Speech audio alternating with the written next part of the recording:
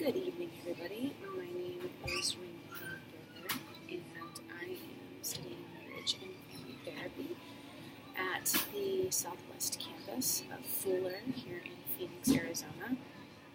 I actually am, I suppose, a freshman in the graduate program. So I just started, technically speaking, but I've only just come back to complete my first year of graduate study after taking a year of personal leave to pursue getting more fully supported as a missionary, which leads me to my ministry context. So currently I am a missionary through Missions Door, and I do with a group of other people who are with campus ambassadors in Tucson, Arizona. We help run a missional campus church at the University of Arizona. And so I'm part of the teaching team there. I teach on Sundays. I help facilitate small groups in our midweek gathering every Wednesday. And I also play a pretty involved role with mentoring most of the women. I do a lot of counseling, a lot of therapy, without being official therapy because I'm not licensed, but lots of mentoring, lots of discipleship, and I love it, and that's why I'm going into marriage and family therapy. A little bit about my family. I am the wife of Aaron Berger, to whom I have been married for the last 13 years.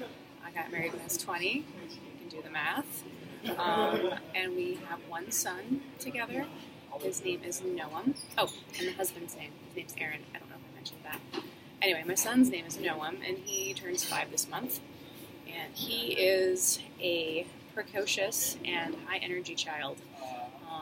So he's very entertaining, and I enjoy being his mommy quite a bit. We live in Tucson, very close to the campus where we do ministry. But my husband does not necessarily do exclusively ministry. He is a full-time middle school teacher. He teaches English to 6th, 7th, and 8th graders, and he loves that. And then I suppose the pressing theological question that I have right now is the role that I'm kind of considering what the role of my realized limitations plays in God's movement. So what is the role that my limitations, my embrace of my own limitations, what role does that have in God moving? What's the role of humility and shalom being reached? My lack of shalom. How does that play a role in shalom being built? I've been thinking about that a lot because, as I mentioned earlier, the support raising thing, I've kind of been stalled out.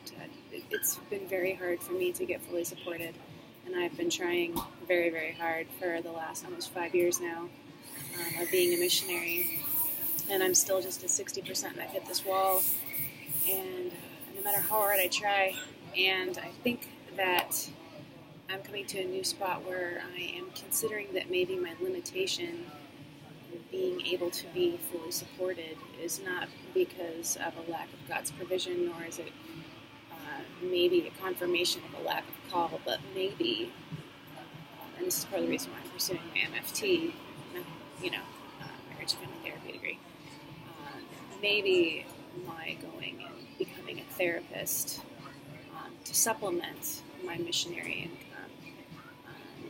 maybe rather than being a tent maker because I can't make ends meet. Maybe it actually doesn't have a negative role, but maybe it has a positive role in helping me develop partnerships in the community that we want to plant in. And so I'm just trying to think about, I'm trying to reframe my limitations. It's about God, not about me. And I'm trying to wrestle with that a little. So, yeah.